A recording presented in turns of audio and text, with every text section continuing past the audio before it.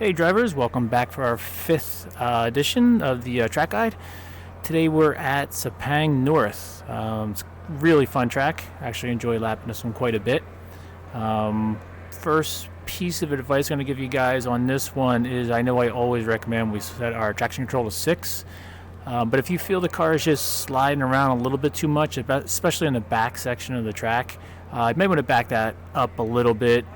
4 or 3 might be better. I tried 1, and you can still be pretty quick, and you just get no slide whatsoever. So you may want to play with your traction control setting a little bit here until you get a little more comfortable on the track. But anyway, let's get started, and we'll talk about what's coming up here. Obviously, we're on the main straight.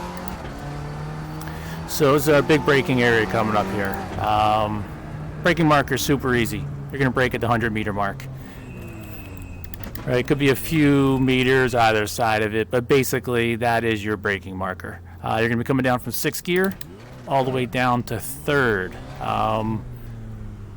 Try not to drop down super quick. You know, if you could just hesitate a second, you might feel a little smoother as you downshift through those gears. You hit 3rd gear right around here, and here you're trailing off the brakes a little bit. Sort of coasting at this point, and maybe light throttle depending on your entrance speed. I like to keep it in tight, trying to get my inside 2 wheels up on the curbing here at this point, because what you want to do is you want to try and get the car mid-track. You don't want to be far right, but you want to be about mid-track as you're coming out of here. You can get on the brakes as you're approaching this hairpin on your left-hand side. This is probably going to be where most people outbrake themselves. If you go too deep, you're going to lose so much time, and it's just so easy to lose position as well. So make sure you brake before you get to this hairpin. You're going to be in 3rd gear. You're going to drop down to 2nd. And here you're going to, as soon as you get on the brakes, you're going to on the brakes hard. You're going to drop down to 2nd because you're going to want to, as much assistance as you can get rotating this car in. You want to jump this curb as close to that green pole there as possible. As soon as you get turned in, though, it's full throttle. You're back on the gas. The car is naturally going to run itself all the way out to the curbing over here. Trying to stay on the track. If you get your 2 wheels in the grass, you will lose a few tenths through this run, which is pretty long. From here, you just follow the track through.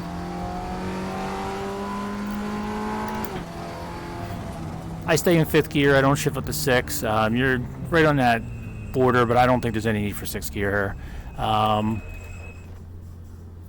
This corner I find a little difficult to get right every single time. For me, like you can see, we're right about 105, 110 meters for the braking zone.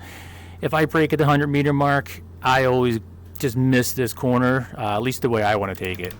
So down from 5th, you hit 4th, and then 3rd gear. Turn in. The goal is to get 2 tires inside that curbing right there and on the gas as early as possible. Again, the car is just going to come all the way over for you. You're not going to be able to turn any other way. Back to the right as quick as possible to set up for this corner here. This is where things get interesting. You're going to enter in 4th gear. Depending on your traction control level, you're going to enter this a few different ways. I like to keep it in somewhat tight, turn in a little late, and then try and stay in as tight as I possibly can. What the car is going to push itself out, so you're really fighting turning in here.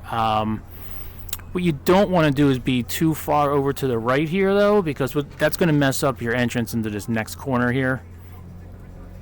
If you come in too shallow, when you brake, you're going to end up sort of shooting out deep on the brakes, which is just going to set you up for an easy inside pass going into the next right-hander. So I like to be able to enter this corner, even though that green line doesn't show it. But I like to be able to enter on a little bit of an angle this way. So when I hit the brakes, the car will just slide out a little bit. Then I can get right back on the throttle. It'll help pull me through. I'm going to try and jump this just a tiny bit. Right at this white line, you're on the brakes, downshift into 3rd. 2 wheels up on the curbing here, back on the gas. Car's going to push itself out. Be careful you don't hit the grass or go out of bounds. And you're full throttle all the way through. We'll do 1 medium run. and then we'll pop in a flying lap. See how it goes. So we're coming down 6th gear. There's our marker, 100 meters. 3rd gear. Roll this in, back on the throttle. Quick brake, downshift, turn it in hard. Full throttle.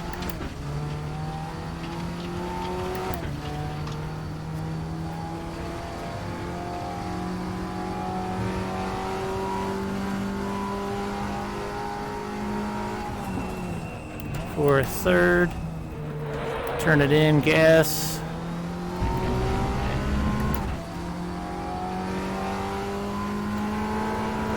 Late turn in, forgot to change gears, light lift, just so I can point the car where I want it. Brakes, downshift, little slide back on the gas.